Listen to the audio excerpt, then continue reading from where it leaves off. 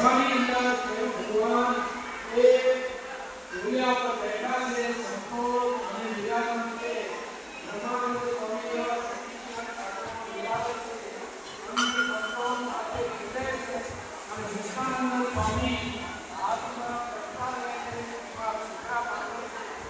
ભગવાનનું શાસ્ત્ર બની એના સગડી દીવાઓમાં આસન બોલે છે.